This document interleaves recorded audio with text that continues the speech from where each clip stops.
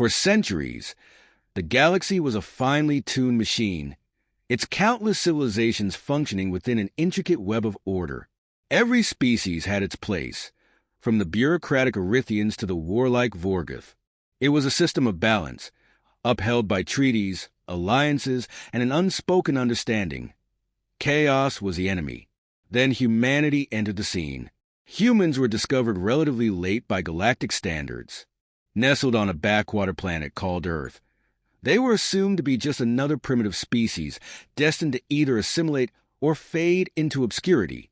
At first, humanity's rise seemed unremarkable. A fledgling race slowly advancing its technology, reaching out into the stars. The Galactic Coalition watched with detached indifference. After all, dozens of species had followed the same trajectory, only to plateau or succumb to internal strife. But humanity didn't plateau.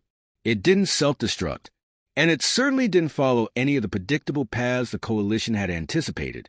Instead, it expanded with reckless abandon, colonizing hostile worlds that even seasoned galactic empires had deemed uninhabitable. It developed technologies that defied logic, cobbled together from scraps and inspired by what seemed to be sheer desperation. They didn't just survive. They thrived in ways that defied every galactic precedent. The first signs of trouble came during humanity's initial interactions with the galactic community. Diplomacy was a cornerstone of interstellar relations, governed by rigid protocols refined over millennia. Yet, humans approached it with a baffling mix of informality, audacity, and an almost childlike curiosity. They disregarded centuries of precedent, not out of malice, but because they simply didn't care for it. Their ambassadors asked inconvenient questions, challenged established norms, and treated high-ranking officials like casual acquaintances. The Coalition, used to dealing with species that respected hierarchy and tradition, was caught off guard.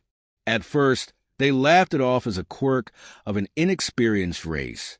But the laughter turned to frustration when humans began to outmaneuver them in trade negotiations, often leveraging their chaotic methods to secure better deals.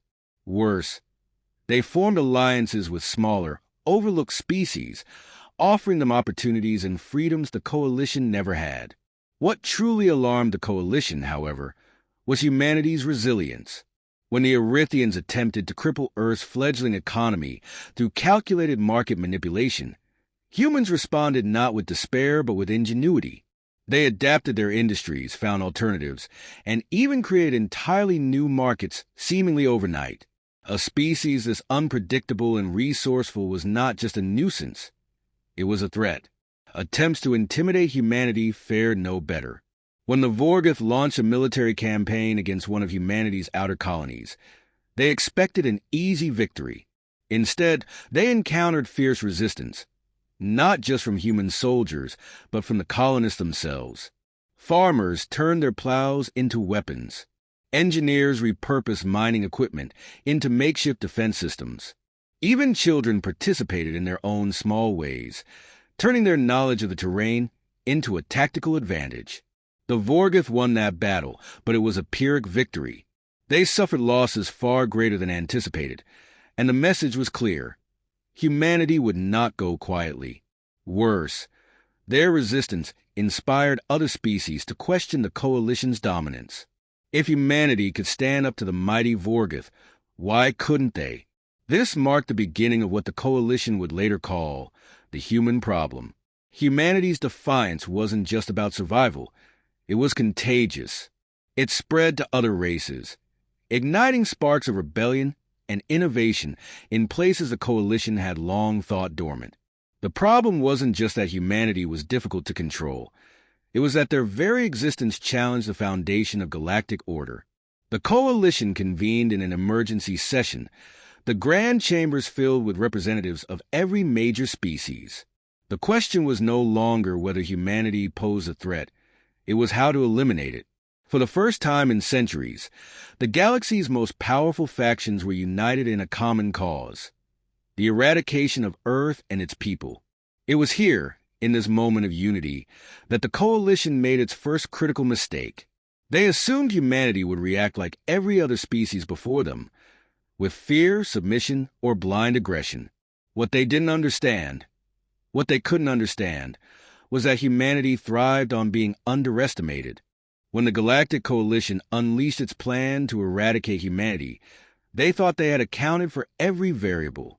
What they failed to consider were the traits that made humanity an anomaly, traits that didn't just defy expectation but actively rewrote the rules of engagement.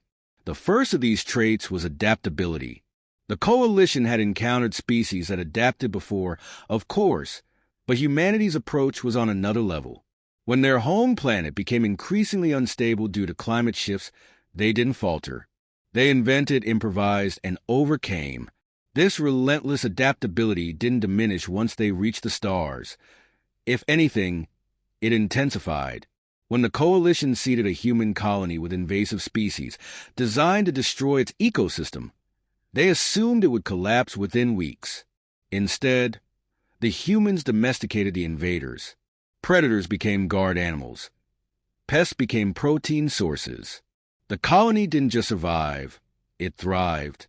What was intended to be an ecological catastrophe became the foundation of an entirely new biosphere, perfectly tailored to human needs. This pattern repeated itself time and time again. Worlds labeled uninhabitable by Coalition scientists became bustling human settlements. Toxic atmospheres, extreme temperatures, limited resources, none of it seemed to matter. Humanity treated adversity like a puzzle to solve, and the galaxy had no shortage of puzzles. Then there was their ingenuity. The Coalition relied on technological superiority, assuming that no emerging species could match their advancements. Humanity didn't match them, they bypassed them entirely. Where Coalition engineering was precise and methodical, human innovation was chaotic and opportunistic. They didn't build machines to last centuries. They built machines that worked right now. In one notable instance, a Vorgith fleet was poised to annihilate a human convoy transporting vital supplies. The humans, outgunned and outmaneuvered, responded by rigging their freighters with electromagnetic pulse generators cobbled together from spare parts. The EMP disabled the Vorgith ships long enough for the convoy to escape. This wasn't a one-time fluke. It was a pattern. Humans saw tools where others saw limitations. But adaptability and ingenuity alone wouldn't explain why humanity couldn't be subdued. The real key was their resilience. The Coalition tried to break humanity's spirit, targeting their resources, their homes, even their culture. What they didn't understand was that humanity's resilience wasn't just physical. It was psychological. When a Coalition bioweapon wiped out entire populations on a human colony, the survivors didn't crumble. They mourned, rebuilt, and came back stronger. They treated loss not as an endpoint, but as a catalyst for growth. In the face of destruction, they didn't just endure, they evolved. And then there was their empathy, a trait the Coalition had dismissed as weakness. What they failed to see was how empathy became humanity's greatest strength in times of crisis. When humans encountered species marginalized by the Coalition, they didn't exploit them, they lifted them up. Take the Relata, a species considered primitive and disposable by the Coalition. Humanity not only formed an alliance with them, but taught them new agricultural techniques, boosting their food production tenfold. In return, the Relata provided resources and manpower to human efforts, forming a bond the Coalition couldn't break. This empathy wasn't limited to alliances. It extended to the battlefield. In one skirmish, a human commander captured a Coalition squad but chose to spare them, providing medical aid and even offering them the chance to defect. Some laughed at the naivety of it, until those same defectors returned with valuable intelligence that turned the tide of future battles. Humanity's ability to inspire loyalty wasn't based on fear or dominance. It was based on the idea that survival was better shared. In a galaxy where power was the ultimate currency, this approach was unprecedented and effective. It wasn't just their resilience or their empathy that made humanity unstoppable. It was how these traits combined, feeding into each other to create a feedback loop of innovation, growth, and resistance.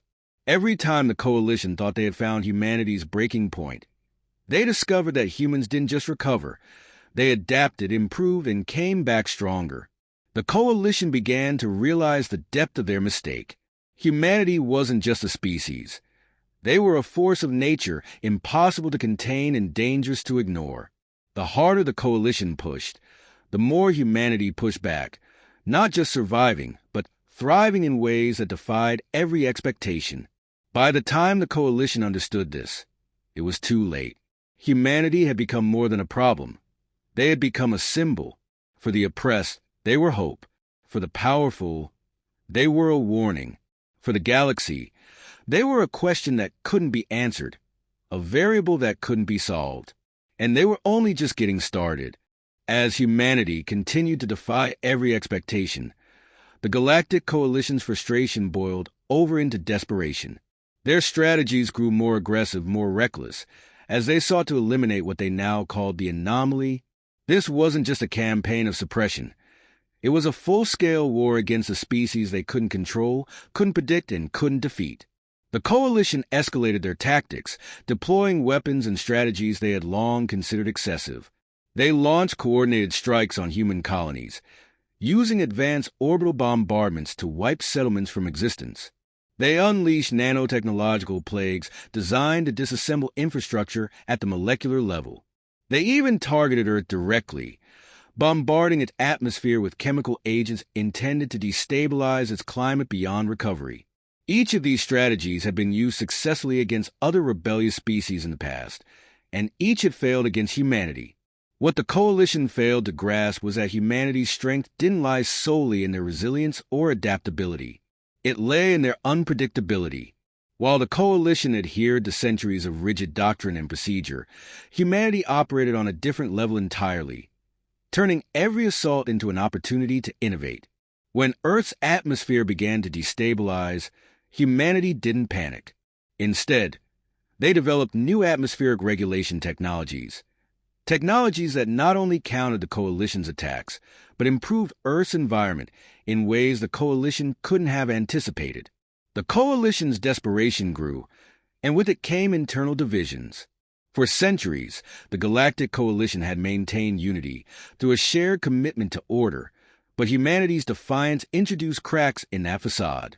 Not every species in the coalition supported the increasingly brutal tactics being used against humanity.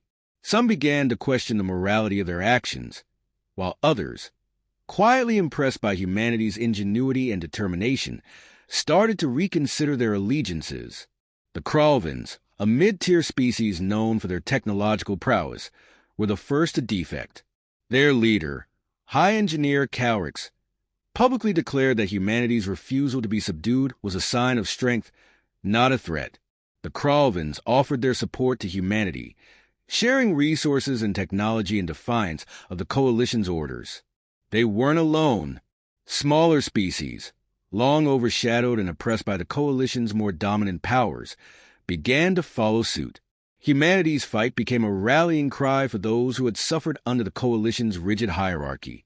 Meanwhile, humanity turned its attention to a new front: psychological warfare.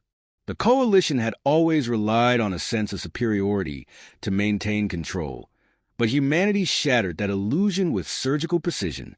They flooded coalition communication networks with propaganda, not through grandiose speeches or overt threats, but through humor and cultural exports. Memes, music, stories. These seemingly insignificant artifacts of human culture spread like wildfire, unsettling coalition citizens who had never encountered anything so raw, so relatable, and so irreverent. This cultural assault had a profound impact. Coalition citizens, accustomed to rigid structures and traditions, found themselves drawn to humanity's chaotic creativity. It wasn't just propaganda. It was a reminder of what their own civilizations had lost in their quest for order. Dissatisfaction spread, and rebellions began to simmer on coalition-controlled worlds, fueled in part by the very thing the coalition sought to suppress: humanity's spirit. Even on the battlefield, humanity's ingenuity proved impossible to counter. Coalition fleets, designed for overwhelming displays of force, found themselves outmaneuvered by smaller, faster human ships using unconventional tactics. In one engagement, a human fleet lured a Vorgoth armada into a nebula rich with ionized particles, using the environment to disable the enemy's advanced targeting systems. It wasn't just a victory, it was a humiliation, one that sent shockwaves through the Coalition's ranks. But the true turning point came not in battle, but in an act of pure audacity. Humanity, recognizing the Coalition's dependence on their centralized command structure, launched a targeted cyber assault on the Coalition's main data hub. The Coalition had assumed their systems were impenetrable, guarded by centuries of advanced encryption and fail-safes. They hadn't accounted for humanity's hackers, who approached the problem not with brute force, but with an almost artistic sense of creativity. The attack didn't just disrupt the Coalition's operations, it exposed their vulnerabilities to the galaxy at large. Classified files were leaked, revealing the Coalition's darker secrets. The oppression of smaller species, the manipulation of economies, the calculated destruction of worlds deemed inconvenient. The Coalition's moral authority, already shaky, collapsed entirely. This wasn't just a military or technological victory. It was a psychological one. The Coalition, for all its power, was no longer the unassailable force it had once been. Humanity had turned their greatest weapon, their sense of superiority, against them. And for the first time in centuries, the galaxy saw the Coalition not as protectors of order, but as an outdated relic struggling to maintain control. Humanity had done the unthinkable. They hadn't just resisted. They had fundamentally changed the dynamics of power in the galaxy. The Coalition's desperation had backfired, turning humanity from an anomaly into a symbol of resistance. The galaxy, once united in its quest to destroy humanity, now stood divided, with more and more species questioning whether the Coalition's vision of order was worth preserving at all. By the end of this chapter, one thing was clear. Humanity wasn't just a problem to be solved. They were a force to be reckoned with, and the Coalition was running out of options. The Galactic Coalition's carefully maintained structure was now in shambles. For centuries, they had believed in their own infallibility, confident that no species could ever challenge their dominance. Humanity had shattered that illusion, but while the Coalition faltered, humanity was just beginning to demonstrate the full scope of what made them unique.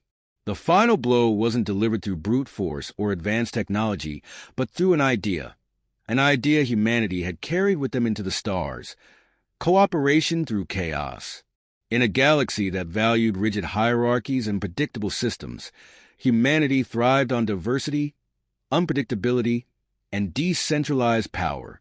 And it was this approach that ultimately turned the tide. Humanity began to reshape their alliances, not as a formal empire or coalition, but as a network, a patchwork of independent species, factions, and worlds united by shared ideals rather than centralized control. They didn't impose their methods on their allies. Instead, they amplified each species' strengths, creating a system that was as fluid as it was effective. The Coalition struggled to adapt. Their strategies were built around the assumption that every enemy followed a structure similar to their own.